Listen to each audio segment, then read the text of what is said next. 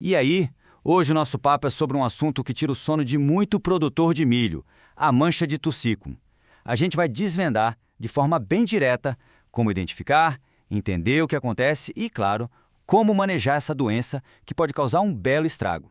Bom, a imagem já diz muita coisa, né? O que a gente está vendo aí é o trabalho do fungo Xerohilum tursicum.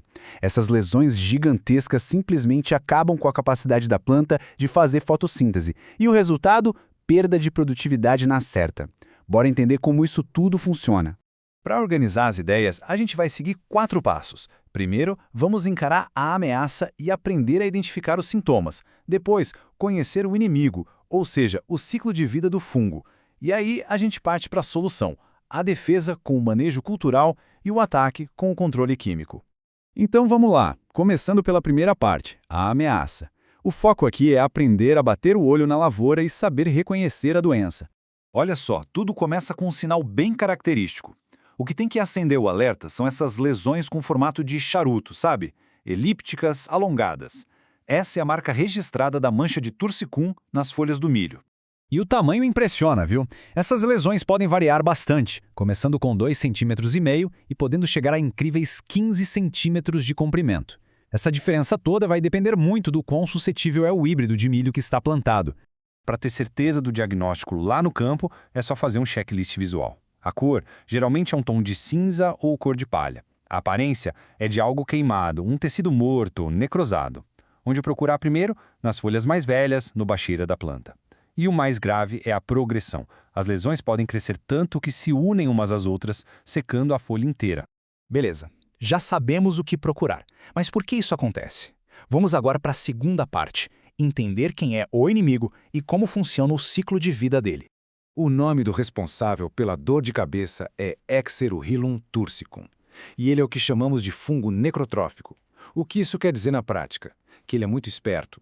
Sobrevive na palhada, na matéria orgânica morta que fica no solo e de lá ele ataca a planta de milho viva para se alimentar. Esse detalhe é a chave de tudo. O ciclo da doença é bem previsível. Acontece em 3 etapas. Primeiro, a sobrevivência. O fungo fica lá, quietinho, nos restos de milho da safra passada. Depois vem a dispersão. Os esporos dele, que são como as sementinhas do fungo, são carregados pelo vento e pelos respingos da chuva. E por último, a infecção. Quando um desses esporos cai numa folha de milho com as condições ideais, ele germina e começa a festa. E quais são essas condições ideais? Basicamente, é a receita perfeita para o fungo. Ele adora uma temperatura mais amena, ali entre 18 e 27 graus. Precisa de muita umidade no ar, acima de 90%. E para fechar, a folha precisa ficar molhada por um bom tempo, seja pelo orvalho da noite ou pela chuva. Juntou esse trio, o risco de infecção vai lá para cima. Certo, já conhecemos o inimigo e como ele age. Agora, a parte mais importante. Como a gente se defende? Vamos para a terceira parte, a defesa, com o manejo cultural e preventivo. É aqui que o jogo começa a virar. E se tem uma informação para guardar, é esta. A principal fonte de contaminação para a próxima safra são os restos de milho infectados que ficam na área. A palhada funciona como um abrigo de luxo para o fungo, onde ele espera a próxima oportunidade. E isso nos leva a 2 cenários bem diferentes. De um lado, o sistema milho sobre milho. Isso é basicamente dar comida e casa para o fungo ano após ano. A população dele na área só aumenta. Agora, do outro lado, a gente tem a rotação com culturas como soja ou algodão. Isso quebra o ciclo do fungo, deixa ele sem hospedeiro e a quantidade dele na área, o tal do inóculo, despenca. E por que a rotação de culturas é tão eficiente? A resposta é simples e direta. Esse fungo é específico, ele tem um alvo preferido, o milho. Ao colocar uma cultura que ele não ataca, como a soja ou o algodão, ele simplesmente fica sem ter onde se multiplicar. É uma estratégia de manejo limpa e muito eficaz. Mas a gente sabe que nem sempre as práticas culturais dão conta do recado sozinhas, principalmente em anos de alta pressão da doença. E aí é hora de ir para a última parte, o ataque, usando o controle químico com fungicidas.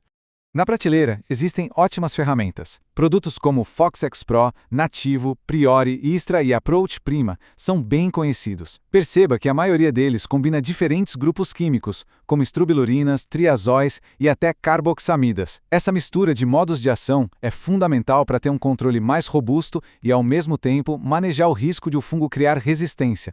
Mas não adianta ter a ferramenta certa e usar do jeito errado. A aplicação precisa de estratégia.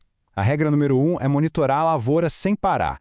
O ideal é começar a aplicar de forma preventiva, principalmente se o clima estiver favorável para a doença.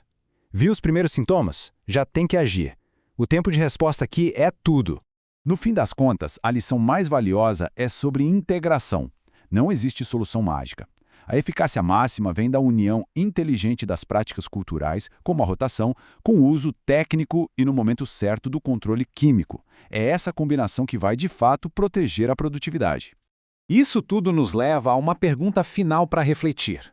Com todo esse conhecimento em mãos, de que maneira o manejo integrado, essa combinação de táticas, pode ser aplicado para blindar de vez a produtividade do milho contra essa e outras ameaças? Fica aí a reflexão.